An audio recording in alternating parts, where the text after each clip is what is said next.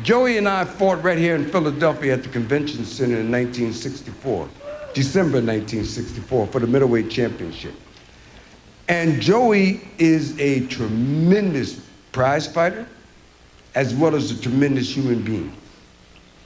In fact, this is a fighting town, Philly. Oh man, this is where I started my stuff, right here in Philly. But I got ran out of town by Sonny Liston. I did. That's the truth. We used to all train at the same gym. At that time, Len Matthews was the lightweight champ. Charlie Scott was the welterweight champ. Gil Turner was the #1 middleweight contender. Harold Johnson was the light heavyweight champ. And Sonny Liston was the heavyweight champ. And we used to all train, and I was just starting. I had one fight. And you know, there's a hierarchy in professional fighting. Preliminary fighters do not hang out with the contenders and the champions. You just don't do that. You just don't do that. But one day in the gym, Sonny was getting ready for a television fight in Madison Square Garden. And his sparring partners didn't show up that day. None of them. See, they were smart. They were very smart. So Sonny had no sparring partners until a little bald-headed would-be prize fighter looked up into the ring at Sonny and said, opened his big mouth and said, "I'll spar with you, Sonny." And Sonny looked down at me with that baleful stare. "I don't care." And away we went. I mean, we did some humping. We threw some leather. That gym was smoking, you know? Because Sonny was big and he was quick and he could punch hard. And I was sort of known as one of the hardest punchers in the middleweight division. And as a matter of fact, one of the hardest punchers in the whole prize fighting game. So Sonny had to hit me to keep me off of him. And every day we began sparring one after another.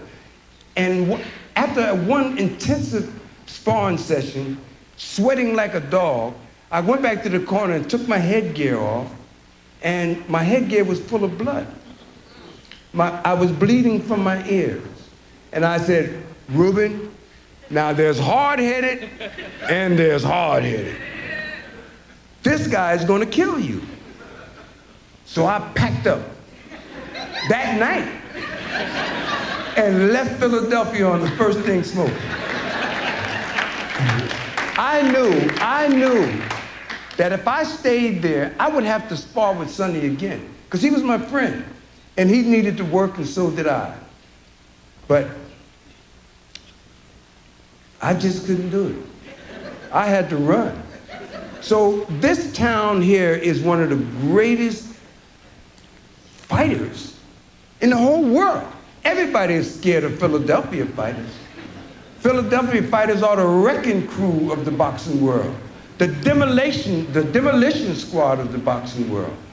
And I don't understand why we have so much problems here with all you good fighters. We were talking about Joey Giardello.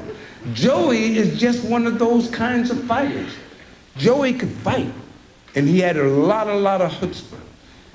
When I fought Joey and lost Joey, I lost the fight. Joey didn't win the fight, I lost the fight.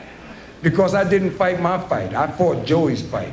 I was trying to box Joey, and Joey could clearly outbox me. And he did. And therefore, I did not win the title. I didn't fight my fight. I said, I got to go 15 rounds. Why do I have to go 15 rounds if I can end it in one? It doesn't make any sense to me.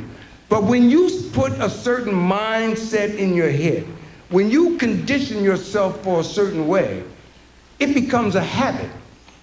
And there's only one thing in the world that'll work for us for nothing. Not even a fool works for nothing. One thing, and that's a habit. You just let that habit get established, and it'll operate even though you're walking around in a trance. And that's what's wrong with us. Habitually doing wrong to other people. Habitually misunderstanding other people. And it is the misunderstanding that is causing all the confusion.